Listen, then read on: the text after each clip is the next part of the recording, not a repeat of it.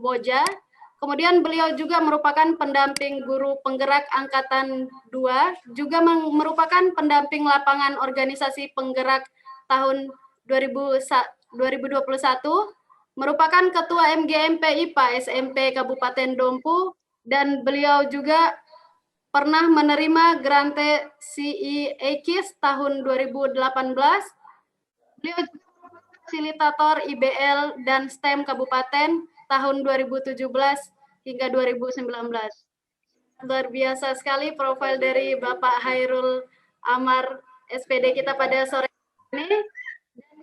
Ibu peserta webinar untuk tetap stay mengikuti acara webinar dan menyimak materi dari Bapak Hairul Amar. Siapa tahu nantinya akan ada soal dari Pak Hairul yang akan diberikan pada saat door prize nanti. Baik, kepada Bapak Hairul Amar, disilakan. Terima kasih Ibu Silviani Agustina selaku moderator. Bapak dan Ibu yang saya hormati, sebelum saya mulai, saya mau cek sound dulu. Apakah Bapak dan Ibu bisa mendengarkan sumber suara ini dengan Bapak? Cek 1, Bapak dan Ibu. Apakah bisa mendengar sumber suara ini? Si Bapak mohon dinonaktifkan saja background-nya agar jelas. Siap. Ya, terima kasih. Saya cek sound dulu, Ibu dan Bapak. Apakah bisa mendengarkan sumber suara ini, Bapak dan Ibu? Terdengar, Pak. Baik, terima kasih. Bapak dan Ibu yang saya hormati, Bismillahirrahmanirrahim. Assalamualaikum warahmatullahi wabarakatuh. Selamat sore. Mudah-mudahan Bapak dan Ibu pada kesempatan ini selalu dalam keadaan sehat dan dilindungi oleh Tuhan Yang Maha Kuasa. Bapak dan Ibu, mohon izin pada kesempatan ini saya akan menyampaikan materi tentang STEM berbasis potensi lokal, dan saya meyakini Bapak dan Ibu sebelum ini sudah mendengar istilah STEM itu, Bapak dan Ibu. Saya langsung saja share screen. Mohon izin.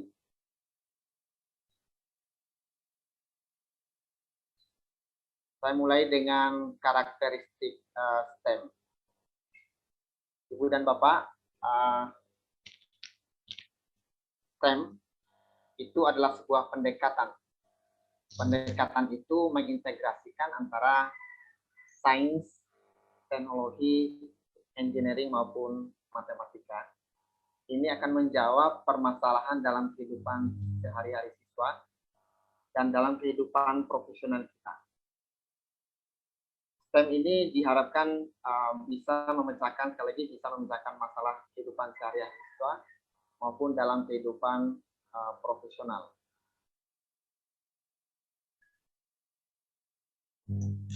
Ada beberapa karakteristik dari pembelajaran STEM secara umum. Yang pertama adalah adanya integrasi.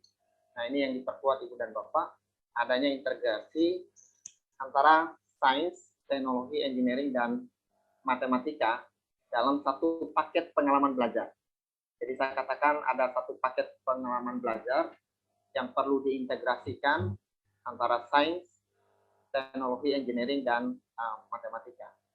Kemudian karakteristik yang kedua adalah pembelajaran ini berbasis proyek. Sekali lagi, pembelajaran ini berbasis proyek, kemudian bisa diaplikasikan dalam kehidupan nyata, atau sifatnya adalah kontekstual. Kemudian dari pembelajaran STEP ini, diharapkan nanti siswa mampu berpikir secara integratif. Jadi dia mampu menghubungkan antara materi yang satu dengan materi yang lain, maupun lintas materi. Kemudian STEM ini juga akan mampu mengembangkan soft skill dan keterampilan teknis siswa. Pengetahuan konsep sains matematika ini adalah untuk menjawab permasalahan yang dijembatani oleh teknologi dan engineering. Saya tunjukkan Bapak dan Ibu bagaimana pola integrasi pendidikan STEM pada saat ini. Kalau di Amerika sana STEM itu yang ketiga ini Ibu dan Bapak. Integrasi penuh. Jadi ada irisan antara sains, teknologi, engineering, dan matematika. Jadi ini yang dibelajarkan di pendidikan STEM di Amerika misalnya. Jadi ada integrasi penuh. Ada irisan antara sains, teknologi, engineering maupun matematika. Kemudian ada pola silo. Pola silo ini Bapak dan Ibu antara sains, kemudian teknologi, engineering dan matematikanya terpisah.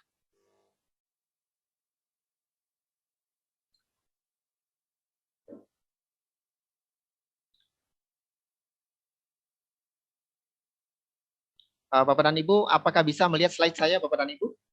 Sebelum saya lanjutkan.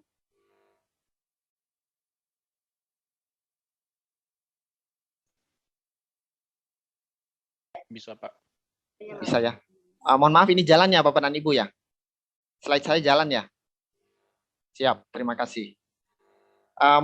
Saya ulangi model yang ketiga ini, dari mulai yang ketiga dulu, ini terintegrasi penuh. Jadi ada irisan di antara sains, teknologi, engineering, dan matematikanya. Kemudian ada model silo. Model silo ini antara sains itu terpisah. Teknologi, engineering, maupun matematikanya juga terpisah. Nah, ini Bapak dan Ibu, di Indonesia, khususnya di sekolah dasar, sainsnya terinkorporasi dalam, teknologi, engineering, dan matematikanya itu terinkorporasi dalam sains. Jadi pola ini yang pada saat ini diterapkan di Indonesia, Bapak dan Ibu. Jadi ada tiga, ada pola silo, kemudian terinkorporasi dalam sains, dan integrasi penuh. Selanjutnya Ibu dan Bapak, saya ingin menunjukkan sebuah proses sains. Mudah-mudahan Bapak dan Ibu bisa membedakannya dengan EDP, Engineering Design Process. Saya ulangi, saya perlu menunjukkan kepada Bapak dan Ibu dulu, apa itu Engineering Design Process, kemudian Scientist Process atau proses sains. Proses sains itu diawali dengan sebuah pertanyaan, kemudian dilanjutkan dengan hipotesis, kemudian kita melakukan eksperimen, kesimpulan untuk menjawab hipotesis ini, kemudian kita melakukan evaluasi. Inilah sebuah siklus. Sebuah siklus. Jadi proses sains ini siklusnya selalu diawali dari sebuah pertanyaan besar. Kemudian kita mengajukan hipotesis, kemudian eksperimen, kemudian kita membandingkan hasil dengan hipotesis yang sudah kita buat, kemudian kita melakukan sebuah evaluasi. Itu proses sains. Saya tunjukkan yang kedua, Bapak dan Ibu, Engineering Design Process. Nah, inilah aktivitas yang kita lakukan dalam proses STEM. Saya ulangi, inilah adalah aktivitas yang kita lakukan selama proses pembelajaran STEM itu. Yang dimulai dengan pertanyaan mendasar, kemudian yang kedua adalah imagine, kemudian yang ketiga adalah plan, kemudian kita create dan improve. Nah, dalam engineering design proses ini, Bapak dan Ibu, sifatnya adalah fleksibel. Kita bisa mulai dari mana saja. Kita bisa mulai dari plan, bisa mulai dari imagine, kemudian create, ya. Tapi siklusnya seperti ini. Kalau seandainya kita mulai dari create, maka kita langsung kepada improvisasi, kemudian ask, kemudian imagine, dan sebagainya. Namun yang diharapkan dalam proses pembelajaran STEM ini, bahwa engineering design proses itu kita harapkan dimulai dari yang pertama, Ibu dan Bapak. Kita mulai dari sebuah pertanyaan yang besar. Jadi mulai dari ask. Itulah perbandingan antara engineering design proses dengan proses sains yang sebelum ini sudah saya tunjukkan. Bapak dan Ibu, yang ini. Kalau proses sains dimulai dari ask ini, Bapak dan Ibu. Dilanjutkan, mutar dia siklusnya. Sementara engineering design proses atau EDP itu bisa dari mana saja, sepanjang itu melakukan siklus ini, Bapak dan Ibu. Selanjutnya, Bapak dan Ibu, apa itu engineering design process? Engineering itu berkaitan dengan aktivitas untuk mendesain. Jadi engineeringnya bisa struktur dalam bentuk struktur, kemudian bisa dalam bentuk produk, proses, kemudian model, alat, maupun sebuah sistem. Nah, kaitannya dengan STEM berbasis lokal ini, Bapak dan Ibu, kita ini menghasilkan sebuah produk. Produk ini diharapkan bisa menjawab tantangan kehidupan nyata atau kontekstual dalam kehidupan siswa. Jadi sekali lagi, engineering ini adalah mendesain atau membuat sebuah struktur, bisa produk, proses, model, alat maupun sebuah sistem. Nah, ini saya katakan tadi Bapak dan Ibu, EDP itu atau Engineering Design Process itu sebuah siklus yang tidak ada titik mulai dan titik akhirnya secara resmi. Namun diharapkan kita bisa mulai dari awal untuk mendapatkan hasil yang lebih baik. Jadi ini poinnya Bapak dan Ibu, nilai yang ketiga ini. Dalam proses pembelajaran disarankan EDP dimulai dari langkah yang pertama tadi. Nah, ini Bapak dan Ibu, 5 siklus dari EDP, Engineering Design Process. Mudah-mudahan Bapak dan Ibu, kalau saya dikasih kesempatan nanti untuk bertanya ya, saya dikasih kesempatan untuk membahas sebuah soalnya. Mudah-mudahan Bapak dan Ibu bisa memperhatikan. Saya mulai dulu Bapak dan Ibu dari yang pertama ya, yang AS itu kita atau siswa nanti mengidentifikasi suatu masalah atau tantangan. Identifikasi kriteria dari solusi yang dipersyaratkan. Ada sebuah pertanyaan besar yang membutuhkan batasan-batasan kriteria, kemudian solusi yang dipersyaratkan. Solusi apa yang dipersyaratkan untuk menjawab pertanyaan besar itu. Kemudian langkah yang kedua adalah imaging. Nanti dalam karena ini sifatnya adalah sebuah proyek, dan proyek ini diharapkan adalah melibatkan beberapa siswa dalam suatu komunitasnya atau kelompoknya. Mereka akan mengumpulkan sebuah informasi, kemudian mereka akan saling bertukar pikiran tentang solusi apa yang perlu kita lakukan untuk menjawab pertanyaan yang besar tadi, pertanyaan yang pertama tadi, yang AS tadi. Nah, tentu saja ini berbagai ide muncul dari beberapa anggota kelompoknya. Nanti siswa dalam kelompoknya akan menentukan mana solusi terbaik. Jadi dalam suatu kelompok besar, kelompok siswa, kemudian mereka akan bertukar pikiran, kemudian dari hasil pertukaran pikiran itu akan didapat suatu ide yang bisa dianggap mampu memecahkan permasalahan atau pertanyaan besar tadi. Dan saya pikir ini adalah pemilihan ide yang terbaik, yang mana yang akan dilakukan, yang tentu saja membutuhkan kesepakatan dari seluruh anggota kelompoknya. Kemudian yang ketiga adalah mendesain atau menggambar. Nah, dalam STEM yang berbasis muatan lokal ini tentu saja tidak menggambar atau tidak membuat sketsa, melainkan mereka membuat semacam resep. Jadi resep itu juga adalah bagian dari plan ini. Karena ini sifatnya adalah membuat sebuah produk yang berasal dari lingkungan sekitar yang melimpah, maka tentu saja hasilnya dalam bentuk desainnya dalam bentuk resep. Nah, efek dari resep ini tentu saja siswa nanti akan bisa menentukan dalam membuat resep itu alat dan bahan apa yang digunakan. Nah, bukan hanya dalam resep ini, tetapi dalam mendesain atau menggambar sesuatu pun, untuk mewujudkan produk itu, mereka tentu akan tahu alat dan bahan apa yang akan dibutuhkan. Yang ini tidak akan diberitahu oleh guru, tetapi siswa sendiri memikirkan bahwa untuk menyelesaikan permasalahan ini, saya butuh bahan ini, kemudian alat ini. Kemudian yang keempat, Ibu dan Bapak, adalah create, membuat produk sesuai desain. Nah, ini yang penting Bapak dan Ibu.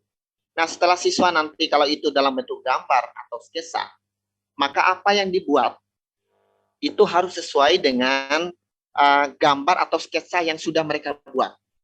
Jadi dalam membuat produk ini mereka tidak akan berlari dari atau keluar dari sketsa yang sudah ada. Sketsa ini bisa dalam bentuk ukurannya, panjang, lebar, tinggi, volume, dan lain sebagainya. Nah, artinya ketika mereka juga membuat desain atau plan dalam bentuk resep, maka apa yang dibuat itu tidak boleh meleset dari resep yang sudah disepakati atau yang sudah dibuat tadi. Kemudian mereka ini akan mengujinya. Jadi resep sudah dibuat, sudah desain, kemudian produk sudah jadi. Nah, barang yang sudah jadi ini mereka akan mengujinya nanti. Kalau itu dalam bentuk gambar, mereka akan uji. Baik itu strukturnya, bagaimana, apakah ada kekuatan atau tidak, kerapuhannya, kemudian dan lain hal sebagainya. Kalau itu dalam bentuk resep misalnya, resep ini misalnya mungkin kelebihan garamnya atau kelebihan bahan dasarnya terlalu banyak, atau bahkan mungkin ada bahan-bahan tertentu, misalnya zat adiktif yang terlalu banyak, yang meleset dari sketsa atau gambar atau desain atau resep yang sudah mereka buat. Nah, selanjutnya setelah mereka membuat dan mengujinya, mereka akan improvisasi, menganalisa apa sih sebenarnya yang sudah baik, apa sih sebenarnya yang sudah berhasil. Nah, mereka ini adalah diberi kesempatan kepada siswa itu untuk mengevaluasi dirinya dengan juga melibatkan kelompok lain yang berada dalam kelasnya atau sekolahnya. Kemudian dari hasil improvisasi itu, maka mereka akan memodifikasi produknya. Memodifikasi ini tujuannya adalah berdasarkan ide-ide tadi, masukan-masukan tadi, diharapkan nanti kita bisa memodifikasi produk yang hasilnya akan lebih baik dari sebelumnya. Jadi inilah engineering design process yang dilakukan dalam pembelajaran yang berbasis atau berbasis STEM. Jadi ada is, ask, imagine, kemudian plan, create, dan improve.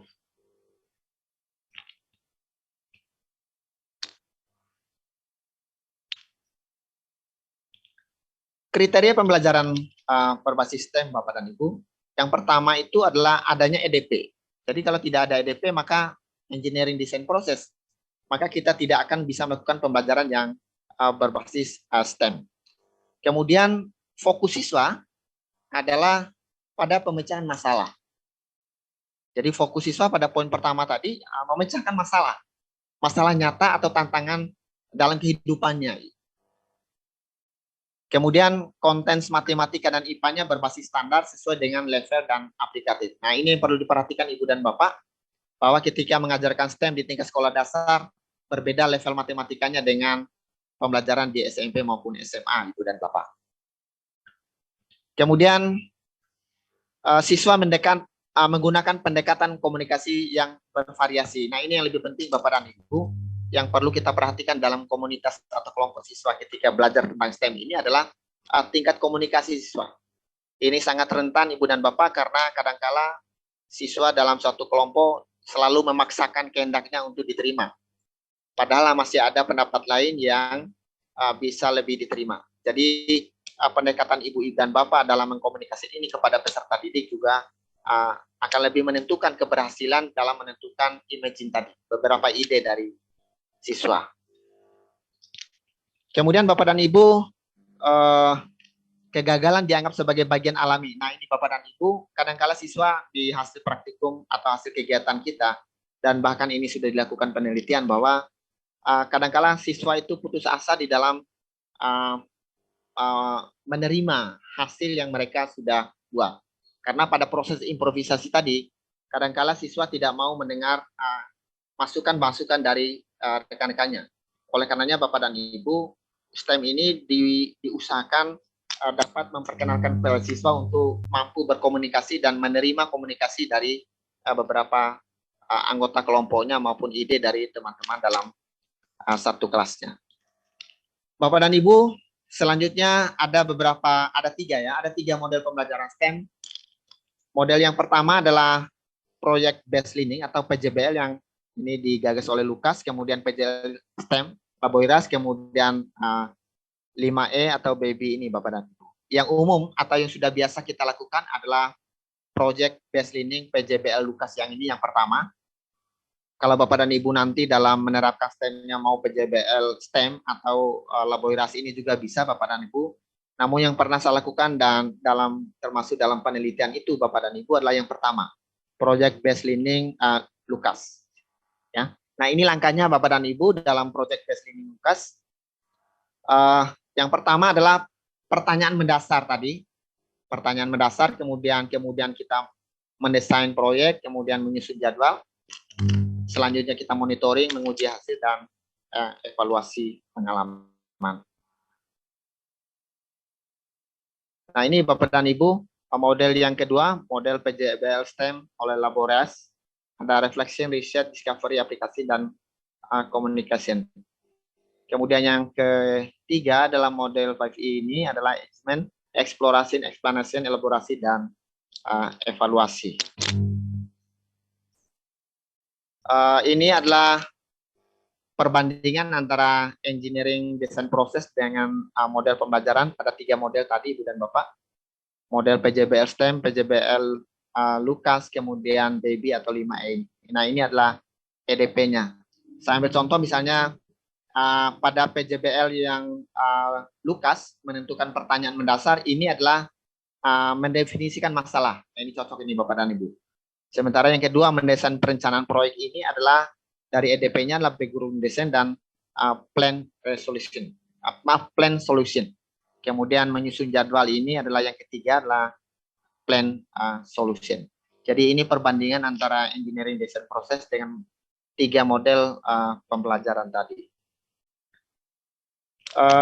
Demikian Bapak dan Ibu materi saya. Namun kalau memang ada waktu saya mohon izin. Ibu moderator, masih adakah waktu untuk saya? Sekitar 2 menit lagi.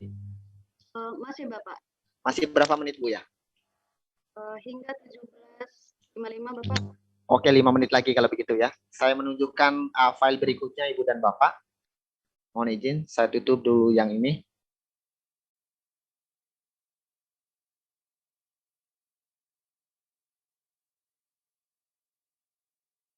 Nah, ini file saya yang kedua Bapak dan Ibu. Bagaimana sih sebenarnya kita mau memilih materi untuk dibelajarkan secara STEM di dalam kurikulum. Nah, kurikulum kita itu ada kurikulum 2013 ya Bapak dan Ibu ya.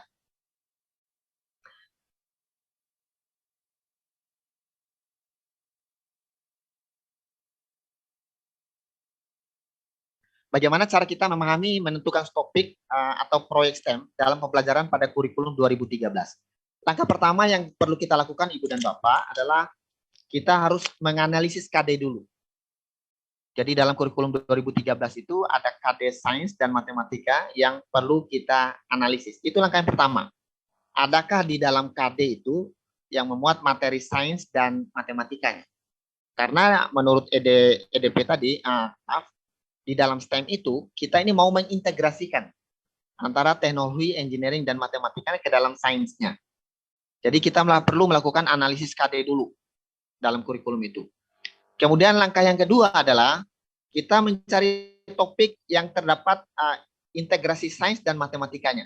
Mana topik dalam KD ini yang bisa kita integrasikan. Kemudian langkah ketiga, nah ini persyaratan yang paling penting Bapak dan Ibu, bahwa untuk membelajarkan tentang STEM itu harus ada aktivitas atau proses engineering design proses. Yang 5 tadi ya Bapak dan Ibu. Jadi itu yang ketiga. Kemudian yang keempat Bapak dan Ibu adalah apakah produk yang mau kita hasilkan. Ingat bahwa STEM tadi adalah sebuah proses untuk menghasilkan sebuah produk. Produk ini bisa memecahkan masalah dalam kehidupan sehari-hari. Jadi pertanyaan yang perlu kita sampaikan sekarang adalah apakah produk yang dihasilkan ini bisa memecahkan masalah dalam kehidupan sehari-hari siswa. Ya, itu cara menentukan topik STEM dalam kurikulum 2013. Nah ini Bapak dan Ibu ciri-ciri topik yang sesuai dengan STEM yang seperti tadi yang saya sampaikan, ada aktivitas EDP-nya, ada engineering design proses, kemudian ada integrasi antara sains, teknologi, dan matematika, engineering dan matematika. Kemudian memecahkan masalah dalam kehidupan sehari-hari. Itu yang paling penting Bapak dan Ibu. Nah, sekarang kita mau mencoba Bapak dan Ibu analisis STEM dalam kurikulum 2013. Langkah pertama adalah dokumen. Tentunya kita mau melihat KD di dalam kurikulum itu. Ya, ini langkah tadi yang saya tulis kembali Bapak dan Ibu. Kemudian ini langkah-langkahnya, ya, melibatkan sains, teknologi, engineering, dan matematika. Ya. Kemudian Bapak dan Ibu, yang perlu saya sampaikan dulu juga bahwa tidak semua tempat di daerah, khususnya misalnya di daerah Dompo ini, itu ada titik-titik tertentu yang apa ya, yang jaringan internetnya itu agak lelet atau bahkan tidak ada sama sekali. Namun tidak membatasi kita, tidak menutup ruang kita untuk membelajarkan pembelajaran yang berbasis STEM. Kita memanfaatkan teknologinya Bapak dan Ibu bisa diatasi dengan berbagai cara Bapak dan Ibu. Cara yang pertama adalah Bapak dan Ibu ketika mau membelajarkan tentang STEM, teknologinya Bapak dan Ibu bisa mendownload lebih dulu. Jadi sekiranya Bapak dan Ibu berada di suatu titik yang ada jaringannya, Bapak dan Ibu bisa antisipasi dengan download sebanyak-banyaknya yang Bapak Ibu perlukan. Kemudian dari hasil download itu Ibu dan Bapak, itu bisa diputar kembali dalam proses pembelajaran. Sehingga siswa bisa memilih dari sekian download kita itu mana yang lebih cocok teknologi yang bisa digunakan. Jadi itu antisipasinya Bapak dan Ibu.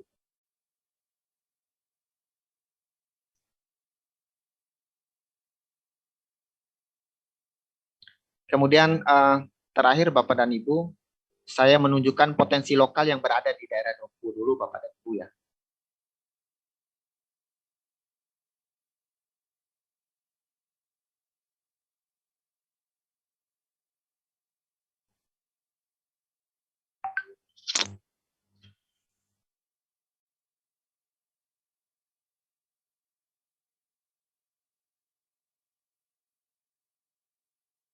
Mohon izin Bapak dan Ibu, saya buka dulu filenya sebentar.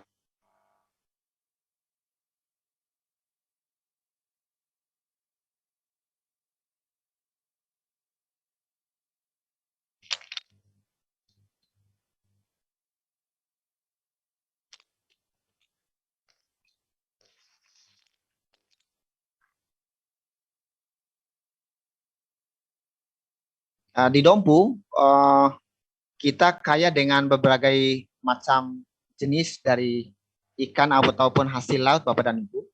Ada beberapa hasil laut yang bisa kita optimalkan untuk kita gunakan sebagai bahan dasar pembelajaran yang berbasis STEM Bapak dan Ibu. Saya tunjukkan Bapak dan Ibu.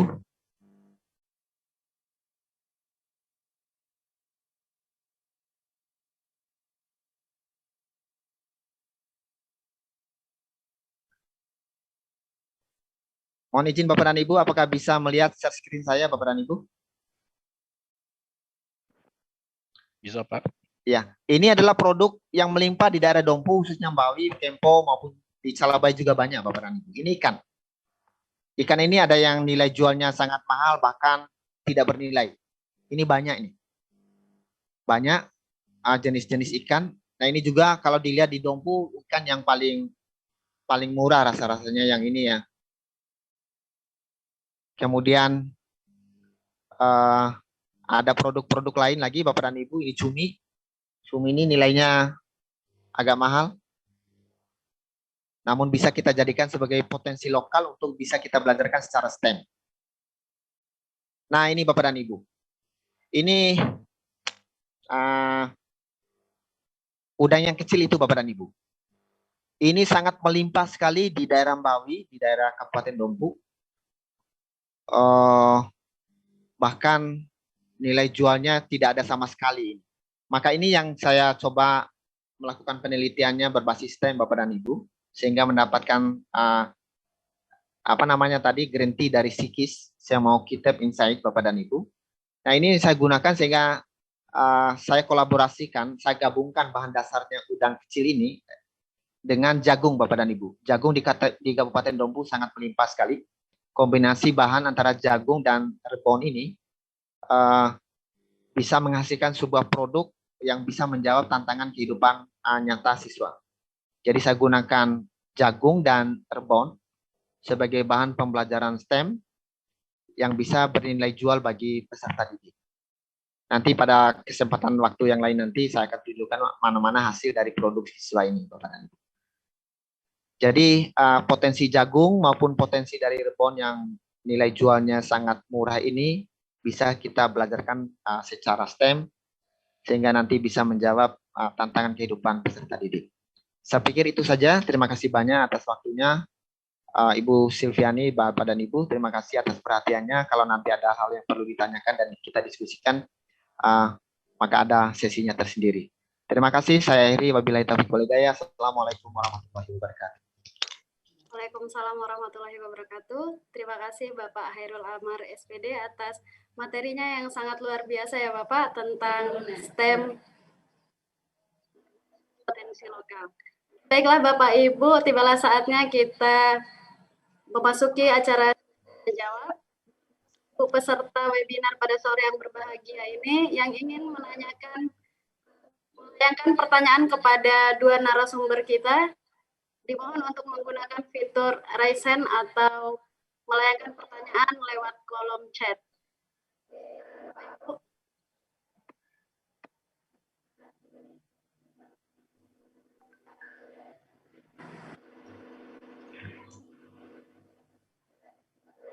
Di sini sudah ada yang raise hand, ada Bapak Habdinir Kurniawan ya Pak. Sore Pak Habdinir, mohon di unmute dulu, dibuka dulu mic-nya. Ya, Bapak. Sudah, Bu. Oke, baik. Mohon disebutkan nama, asal sekolah ya Bapak. Oh iya. Siap. Terima kasih Bu Ibu moderator. Nama saya Habdinir Kurniawan dari SMPN Negeri 4 Koja, Dompu NTB ya, Bu. Di sini saya punya satu pertanyaan untuk materi yang kedua ya, tentang materi pendidikan berbasis STEM ya Pak. Ini untuk Pak Khairul Amar. Mohon izin Pak. Silakan Pak. Oke. Yang ingin saya tanyakan, apakah kebetulan saya mengajar mata pelajaran bahasa Inggris ya. Apakah pendidikan berbasis STEM itu hanya digunakan untuk matematika sama sains aja? Apakah Anda bisa kita gunakan untuk pembelajaran bahasa Inggris? Karena di situ kan ada pembelajaran tentang memecahkan masalah. Nah, bahasa Inggris juga bisa ada pemecahan masalahnya, seperti materi tentang prosedur tes, itu ada itu pemecahan masalahnya. Bagaimana itu Pak? Terima kasih. Assalamualaikum warahmatullahi wabarakatuh. Terima kasih Bapak Habdinir Kurniawan ya dari SMP Negeri 4 Wajah Dompu. Oke, ya, sama-sama. Baik Bapak Khairul Amar, pertanyaannya, pendidikan berbasis STEM apakah hanya digunakan untuk pelajaran matematika dan sains saja? Apakah bisa digunakan untuk pelajaran bahasa Inggris? Kepada Bapak Khairul Amar, langsung saja dijawab Bapak. Terima kasih banyak Ibu Silvi, pertanyaan menarik dari Bapak kita Habdinir ya, dari SMP yang saya catat SMP 4 Dompu ya. 4 Wajah yang terima kasih Pak. Pertanyaan yang sangat bagus sekali Bapak dan Ibu. STEM ini tidak hanya dibelajarkan pada pembelajaran matematika, sains Bapak dan Ibu. Pada pembelajaran lain juga itu bisa. Tapi dengan satu syarat tadi Bapak dan Ibu, harus ada aktivitas engineering design prosesnya. Jadi ketika dalam pembelajaran itu ada materi sainsnya, yang juga bisa kita libatkan, ada mengandung EBP-nya, maka itu bisa dilaksanakan, bisa di-STEM-kan. Ya, bisa di-STEM-kan. Dalam kurikulum ada bahasa Inggris dan bahasa Indonesia misalnya, itu ada teks prosedural. Ada materi teks prosedural seperti yang tadi disebutkan oleh Pak Habdinir, bukan hanya di bahasa Inggris tetapi bahasa Indonesia juga. Ada pemahaman prosedur. Nah, prosedur itu adalah proses Bapak dan Ibu. Untuk memahami teks prosedur itu, siswa perlu dibelajarkan lebih pendekatan STEM-nya. Jadi di dalam bahasa Indonesia, di dalam bahasa Inggris maupun pembelajaran lain yang menekankan pada prosedur itu bisa diterapkan juga pembelajaran yang berbasis STEM. Demikian Pak Habdinir. Iya, terima kasih Pak atas jawabannya.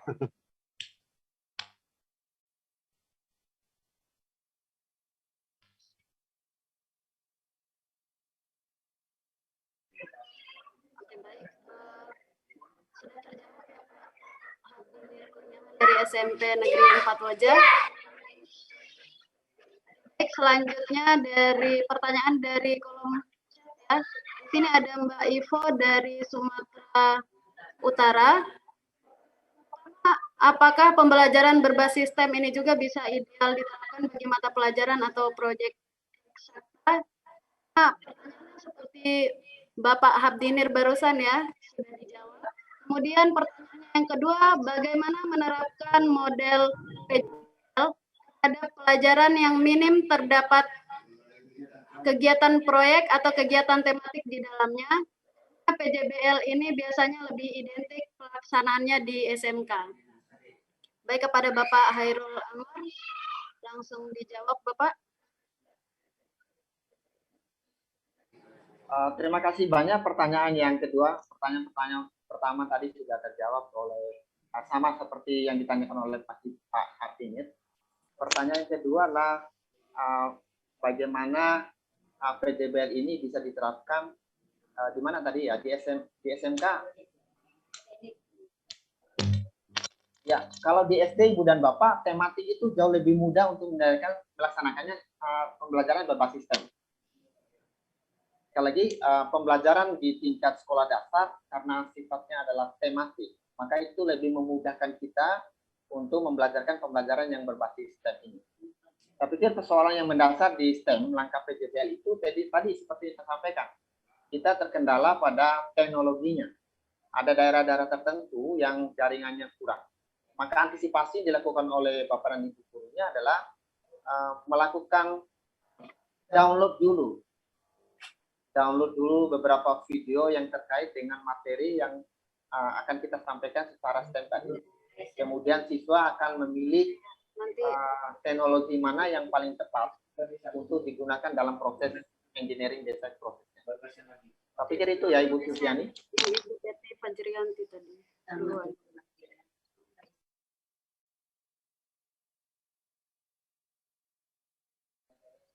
Oke, baik, terima kasih Pak Amar atas jawabannya. Selanjutnya ada pertanyaan dari Ibu Teti Fajriatin. Selamat sore Ibu Teti. Ya, Assalamualaikum warahmatullahi wabarakatuh. Selamat sore. Warahmatullahi wabarakatuh. Silviani, selamat sore Pak Ahmad. Ya, Bu. Saya Teti Fajriatin, guru dari SMP 1 Dumpu. Yang ingin saya tanyakan di sini, bagaimana sih tips atau trik khusus untuk menerapkan pembelajaran STEM ini pada mata pelajaran prakarya, mengingat mata pelajaran ini memiliki jam pelajaran yang sedikit, yaitu 2 jam pelajaran dalam 1 minggu. Begitu Pak. Terima kasih. Wassalamualaikum warahmatullahi wabarakatuh. Ibu Teti, bisa langsung dijawab Pak Hairul Ahmad. Terima kasih Ibu Teti. Ada beberapa poin yang perlu saya sampaikan kepada Bapak dan Ibu, bahwa ketika kita membelajarkan STEM ini, itu kita membutuhkan waktu yang banyak Bapak dan Ibu. Tidak cukup hanya dengan 2 jam pembelajaran. Idealnya pembelajaran STEM ini butuh waktu 6 jam untuk satu topiknya Bapak dan Ibu. Karena bisa saja 2 langkah EDP itu bisa kita selesaikan dalam waktu 2 jam. Apalagi persoalan yang paling mendasar sekarang ini adalah karena ini berbasis proyek, siswa tingkat komunikasinya itu sangat tinggi. Maka ini akan menjawab tantangan abad 21 Bapak dan Ibu. Tantangannya adalah pada fosi tadi. Kemampuan kolaborasi, komunikasi, kritis, dan kreatif itu yang mau dibangun di dalam pembelajaran yang berbasis STEM ini. Nah, persoalan prakarya sekarang, saya pikir akan lebih cocok karena prakarya fokusnya adalah produk. Ya, begitu ya Bu Teti ya. Fokusnya pada produk. Maka trik yang perlu kita lakukan untuk mengambil pasti kelemahan tadi, STEM ini dibelajarkan dalam waktu yang banyak. Maka maka Ibu Teti dengan cara menambah jam di luar dari jam di kelas. Bisa pada misalnya kalau Ibu mengajar pada sore harinya, bisa dilanjutkan pada hari berikutnya atau tambahan waktunya di sore hari.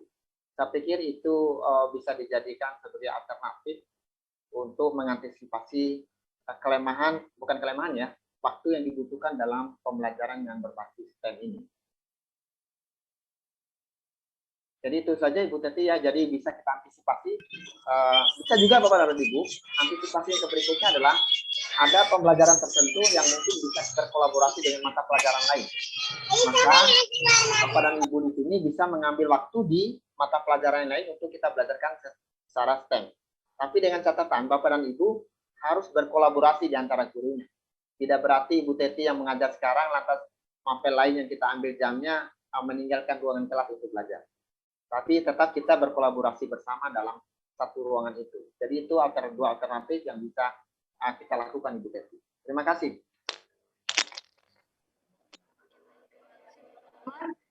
Pertanyaan terakhir Pak, dari Bapak Slamet Widiantoro dari Jogja. Ini pertanyaannya, saya pernah melakukan pembelajaran STEM dan terintegrasi PJBL atau STEM PJBL.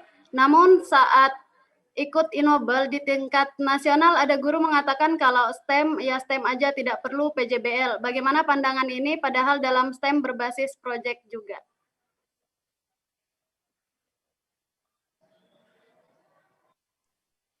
Baik. Bapak Amar, langsung saja Ya, dijawab. salam kenal Pak Slamet. Mudah-mudahan Pak Slametnya masih berada dalam room ini. Pertanyaannya sangat bagus sekali ketika Bapak mengikuti kegiatan Inobel yang berbasis STEM ini, ternyata dimentahkan PJBL-nya, tidak perlu PJBL-nya. Sayangnya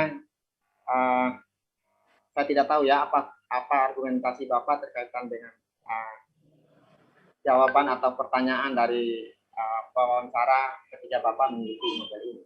Jawaban saya Bapak dan Ibu bahwa PJBL yang sifatnya pembelajaran STEM yang berbasis proyek ini, maka dia dilakukan juga dengan pendekatan PJBL.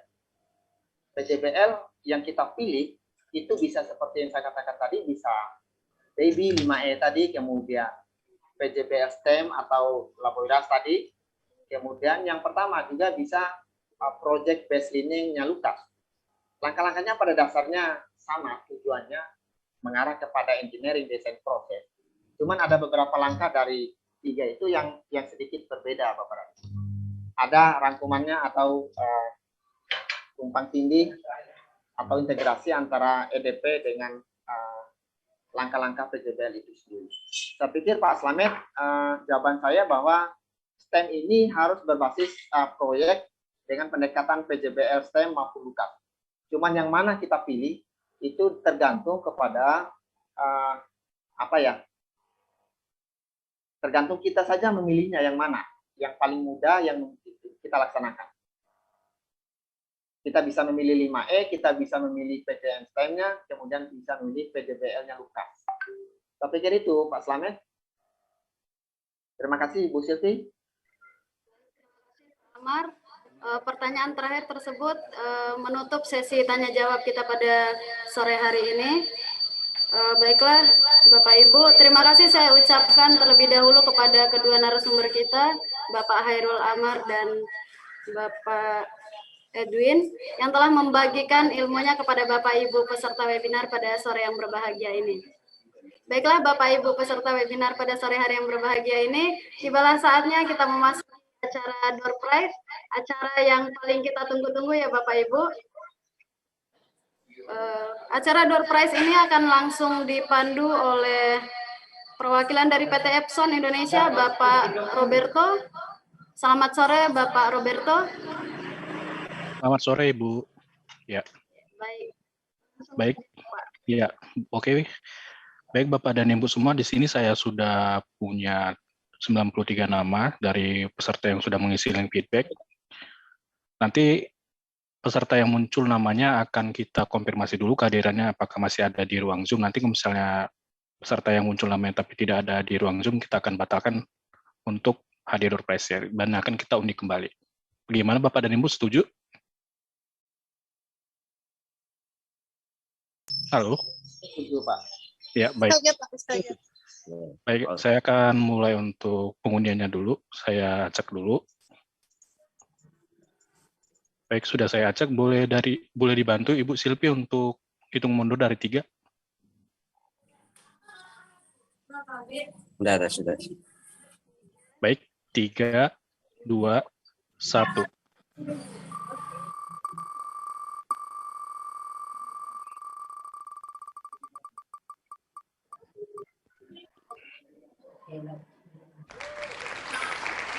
Oke, selamat untuk Mbak Aulia Bella Malinda Ya. dari SMP Negeri 3 Barombong. Ini Barombong di mana ya? Masih ada di ruangan ibunya? Silakan dikonfirmasi. Selamat sore, Ibu Aulia Bella Malinda. Ibu Aula Bella Malinda. Oke, ada. Ada ya? Dimohon untuk mengaktifkan mikrofonnya. Mohon host dibantu untuk mengaktifkan mikrofon Mbak Aulia.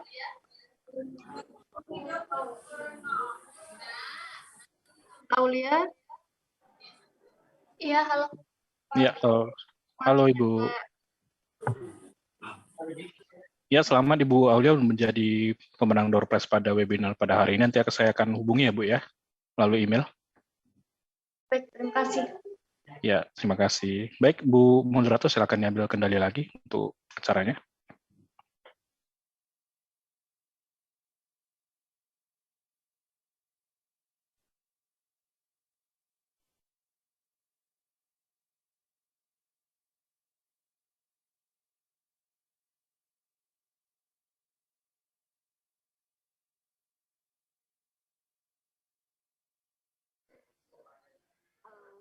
Iya, disilahkan kepada Bapak Hairul Amar. Ini Mbak Aulianya sudah diberikan pertanyaan.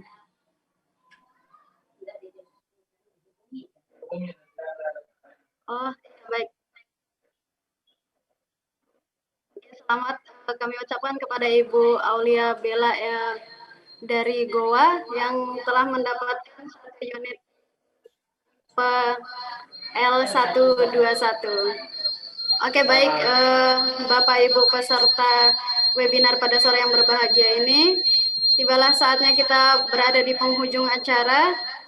Pada kesempatan sore hari ini tentu saja webinar yang dilakukan tidak saja, tapi masih ada event-event lainnya atau agenda-agenda lainnya yang diadakan oleh Ikatan Guru Indonesia, khususnya yang berkaitan dengan berbagi dan tumbuh bersama untuk meningkatkan kompetensi Bapak Ibu sekalian. Oke, baiklah, sebelum mengakhiri acara, marilah sama-sama kita mendengarkan pembacaan doa dari Bapak Effendi.